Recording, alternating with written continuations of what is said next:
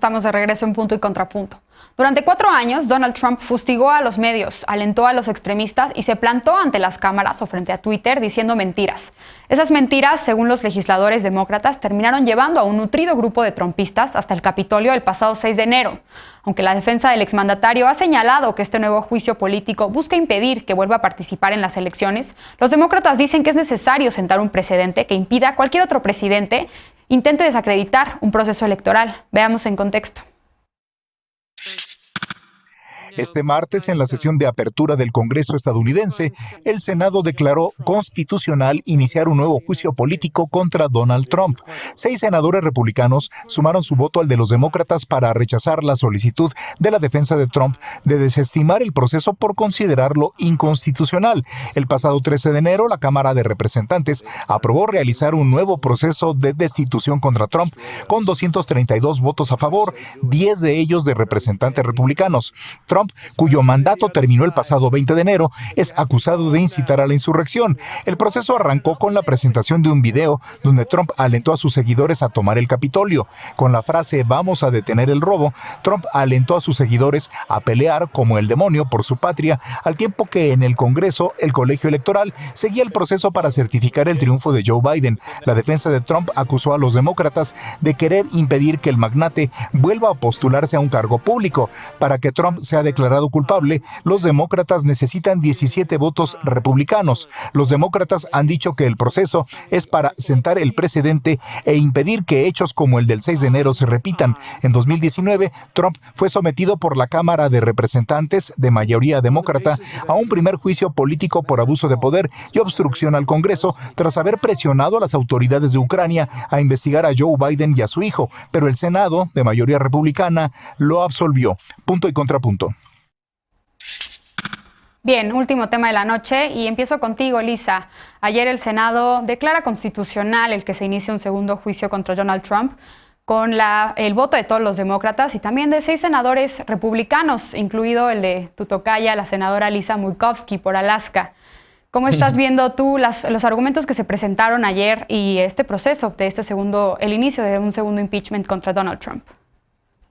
Pues creo justamente que, como bien decía la nota, que además qué difícil hacer un análisis de seguimiento después de unas notas tan buenas que nos hacen en este programa, pero creo que el primer paso que ya se dio justamente es lograr que el juicio proceda, ¿no? Porque había 2 argumentos fundamentales que se estaban esgrimiendo desde la defensa de Donald Trump, que eran, uno, que la primera enmienda protegía la libertad de expresión del presidente y que en todo caso sus mensajes no eran instrucciones textuales como para que se tomaran como órdenes por parte de sus adeptos para ir a hacer los desmanes del Capitolio. Pero punto número 2 también, pues que nunca se había hecho un juicio político sobre un civil o un ciudadano de a pie, en el sentido en el que su término ya concluyó y por lo tanto pues estarían haciendo un juicio político sobre un ciudadano, no sobre un representante electo a un cargo popular, en este caso el presidente de los Estados Unidos.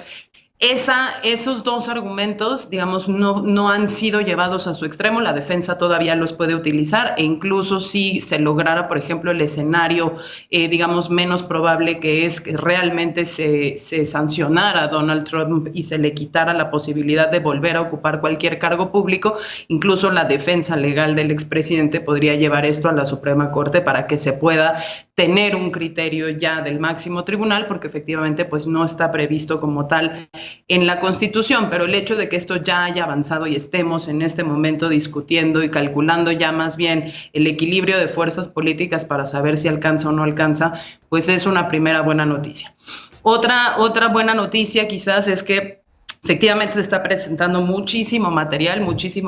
en el que no solo se intenta comprobar que efectivamente en los días previos y en el día mismo de los disturbios en el Capitolio el presidente arengó, digamos, a sus simpatizantes para que tomaran acción y fueran a reclamar lo suyo al Capitolio. Se está también documentando evidencia de las relaciones del Partido Demócrata y particularmente este grupo más de extrema derecha que es el GOP con milicias y movimientos movimientos simpatizantes de extrema derecha armados con acceso, ¿no?, a armas que participaron de manera violenta y amedrentaron a muchos simpatizantes demócratas y republicanos que no querían a Trump en distintos actos políticos, justamente para poder seguir alimentando la idea de Trump y de su reelección. Y por el otro lado también se está investigando, ¿no?, cuáles fueron realmente las maneras de organización de los disturbios del Capitolio, porque ya hay información por parte del Buró de Investigación Federal de Estados Unidos o del FBI, que dice que evidentemente pues los disturbios se habían organizado de manera previa, ¿no?, con una logística, medios de comunicación entre los mismos simpatizantes, y que no fue una cosa necesariamente espontánea, que sería algo muy importante que se pudiese probar precisamente para desarmar este argumento de que no eran órdenes expresas, no era del conocimiento del equipo de Trump, y que el presidente no lo estaba, aunque sea tácitamente, validando. Ahora, ¿cuáles son las malas noticias? Pues se necesitan 17 senadores republicanos para que esto pase en el Senado, y por lo que vimos del comportamiento en la Cámara Baja, todavía hay un muy importante control político de Donald Trump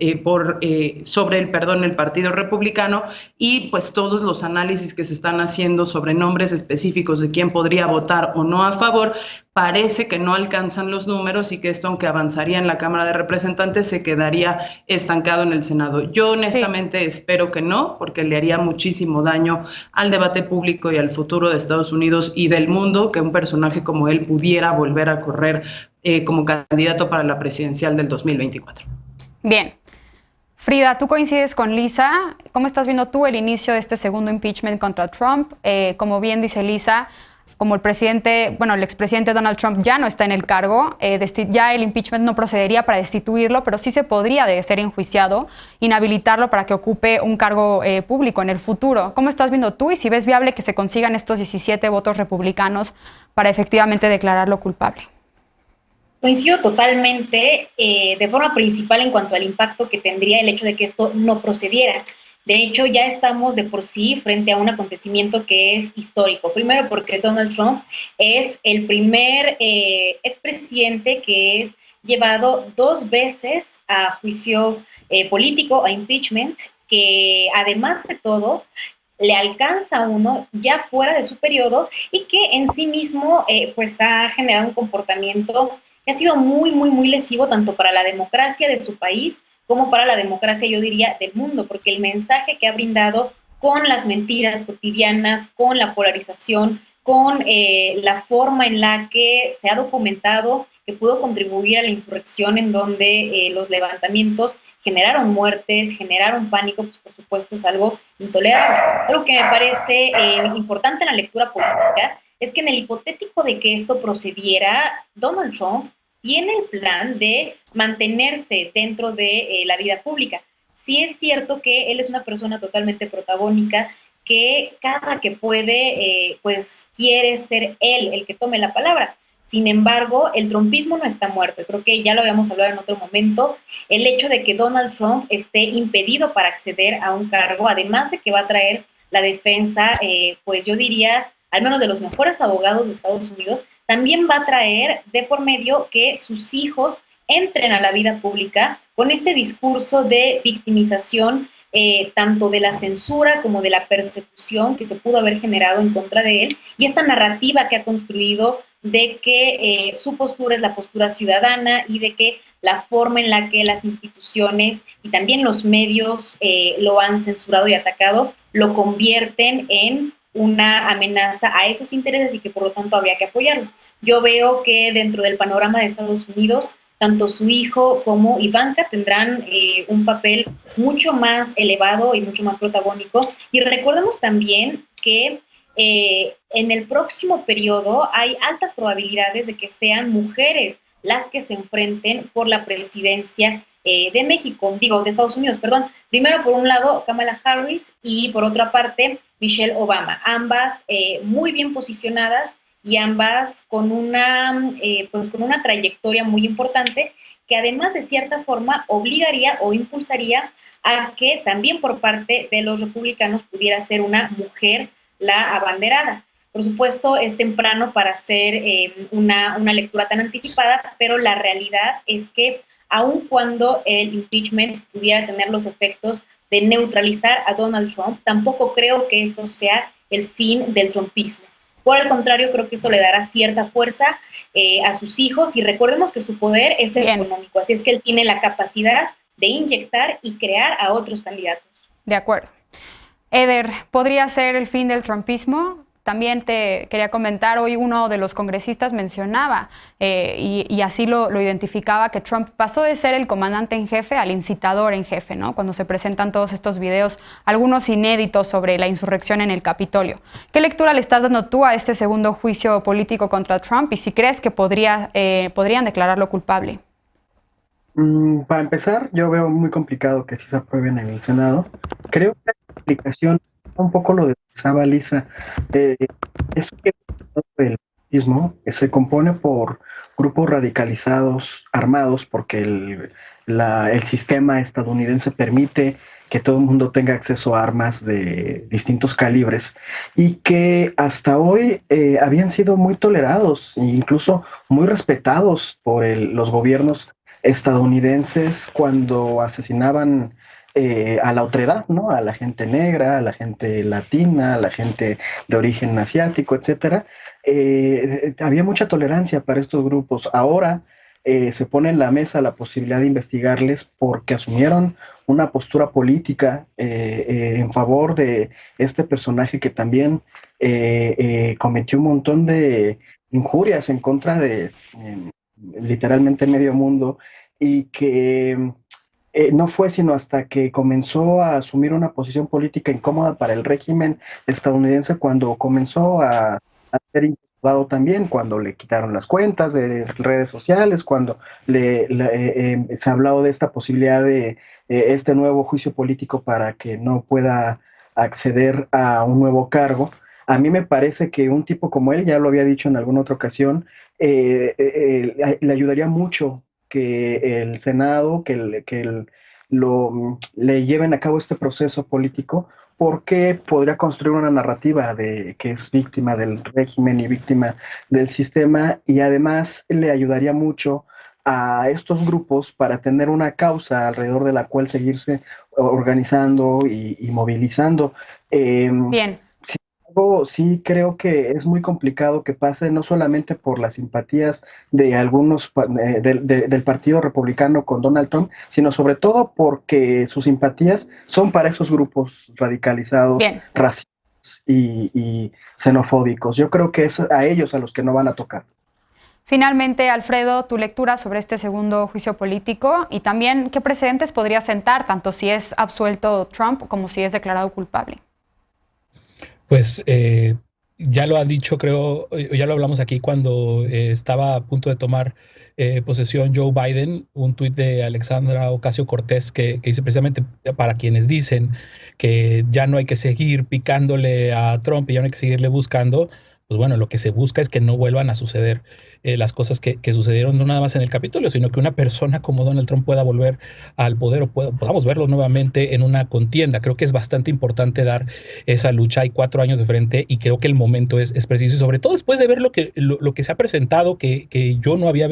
muchos no habíamos visto, obviamente, muchas de las imágenes que ahora se han incluso transmitido en el propio Senado estadounidense, porque muchas de ellas son inéditas. El hecho de ver a esta turba